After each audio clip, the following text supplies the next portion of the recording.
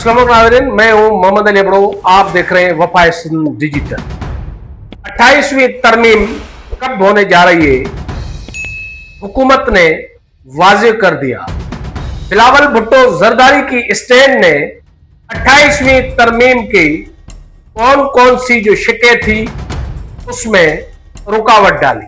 क्या बिलावल भुट्टो जरदारी आसिफ अली जरदारी के मशवरों के सिवाय स्टैंड लेते रहे?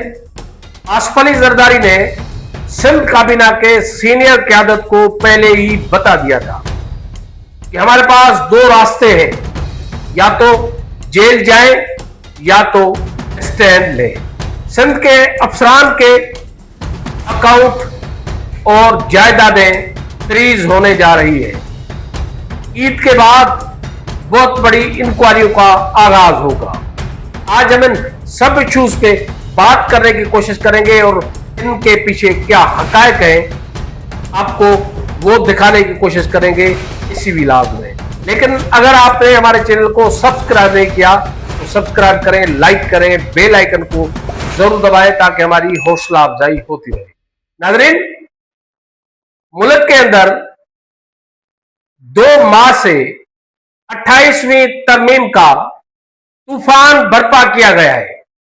हुकूमती शख्सियात की तरफ से और दीगर लोगों की तरफ से मुख्तलिफ चीजें बताने की कोशिश की जा रही थी कि 28वीं तरमीम जो है उसमें पहले कहा गया कि आर्मी चीफ जो है सैयद आसिम मुनीर खुद सदर बनना चाहते हैं, आइन में तरमीम हो रही है। फिर वो बात साइड पे हो गई। फिर एक रूमर्स चलने लगा कि वोटर्स की जो एज है 18 साल से बढ़ाकर 25 साल की जा रही है। पीटीआई के लिए सख्ती के हवाले से कई ऐसी बातें फैलाई गई, सूबों की बातें फैलाई गई, लेकिन वो कहते हैं खोदा पहाड़ निकला चूहा। हुकूमत ने वाज़ेह कर दिया है कि 28वीं तरमीम जो है बजट से पहले नहीं होगी। अब तक कई ऐसे जराए हैं, सोर्स है जो कह रहे हैं कि 28वीं तरमीम होगी, लेकिन ये जो चीजें बताई गई है ये नहीं होंगी। इसमें एक आधी चीज होगी, जिस तरह एनएफसी की कटौती वगैरह शामिल है।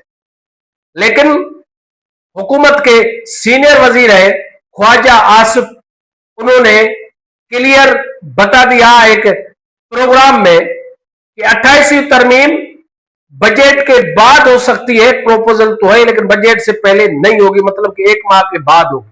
इससे साफ जाहिर है कि पाकिस्तान पीपल्स पार्टी ने जो स्टैंड लिया उसके नतायज आना शुरू हो गए। मतलब कि हुकूमत के साथ जो इत्तेहादी है उनमें आपस में इत्तेफाक नहीं हुआ, जिसकी वजह से हुकूमत शायद और जो ताकतवर हल्के हैं वो 28वीं तरमीम से ब्रेक होने की कोशिश कर रहे हैं। और तासुर दिया जा रहा है कि 28वीं तरमीम तो थी नहीं, कुछ उजरा कह रहे थी, कुछ कह रहे कि थी नहीं। तो साफ जाहिर है कि 28वीं तरमीम में रोला तो पड़ गया है। मैं आपको और चीज बताता चलूं, कुछ दिन पहले जब सदर आसिफ अली जरदारी ने इस्लामाबाद में तमगाए इम्तियाज के हवाले से तकरीब रखी गई, जिसमें सिविल, मिलिट्री और दीगर अहम शख्सियात को तमगाए इम्तियाज से नवाजा गया, उससे पहले जराए ने कहा है कि आसिफ अली जरदारी ने सीनियर जो काबीना के मेंबर्स हैं और सीएसी के जो कुछ मेंबरान है पाकिस्तान पीपल्स पार्टी के, उनसे उन्होंने मीटिंग की। उनको क्लियर बताया गया, खास करके चीफ मिनिस्टर और दीगर वहां मौजूद थे, उनको कहा गया कि हमारे ऊपर बहुत ज्यादा प्रेशर है और जो है आप सोच समझकर बयान दे, मीडिया पे ऐसी बात नहीं दे जिससे चिपकलश बढ़ जाए। जिस पर सीनियर जो वज़रा थे उन्होंने सदर आसिफ अली जरदारी को कहा कि पहले भी पाकिस्तान पीपल्स पार्टी के रहनुमा जेल काट चुके हैं, जेलें हमने देखी हुई है, जेल से नहीं डरना चाहिए, क्योंकि 28वीं तरमीम में जो चीजें बताई जा रही है या जो ताकतवर हल्के कराना चाहते हैं वो सिंध में फेस करना हमारे लिए बहुत मुश्किल हो जाएगा।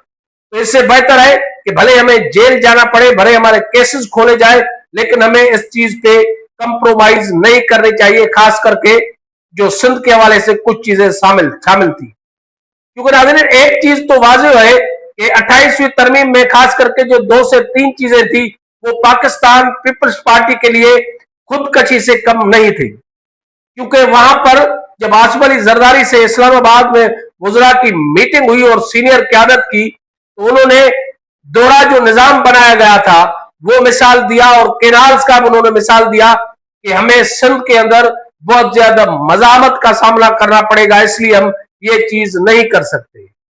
ये भी हकीकत है कि बिलावल भुट्टो जरदारी ने इस बार बहुत ज्यादा स्टैंड लिया, और बिलावल भुट्टो जरदारी की जो स्टैंड थी इसमें कोई शक नहीं है कि ताकतवर हलकों और वफाकी हुकूमत को सोचने पर मजबूर कर दिया, और शायद आने वाले दिनों में 28वीं तरमीम की जो अहम छिकें बताई जा रही थी उससे दस्तबरदार होने जा रहे हैं। हाँ, एक चीज जरूर है कि पाकिस्तान पीपल्स पार्टी को इसका खुमियाजा भुगतना पड़ेगा, क्योंकि ये 28वीं तरमीम जिनका मंसूबा है वो पाकिस्तान पीपल्स पार्टी से हिसाब किताब जरूर करेंगे। वो खबर ये है कि ईद के बाद बहुत सारे जो अफसरान हैं, कुछ अफसरान के एग्जैक्ट कंट्रोल लिस्ट में नाम आने वाले हैं, कुछ अफसरान के असासे और अकाउंट्स फ्रीज होने जा रहे हैं, जिसमें डीजीज लेवल के और डायरेक्टर लेवल के और 20वीं ग्रेड के अफसरान शामिल हैं। ईद के बाद ये चीज सामने आएगी और ज्यादातर इन्वेस्टिगेशन और इंक्वायरीज जो है नेब खोलने जा रहा है।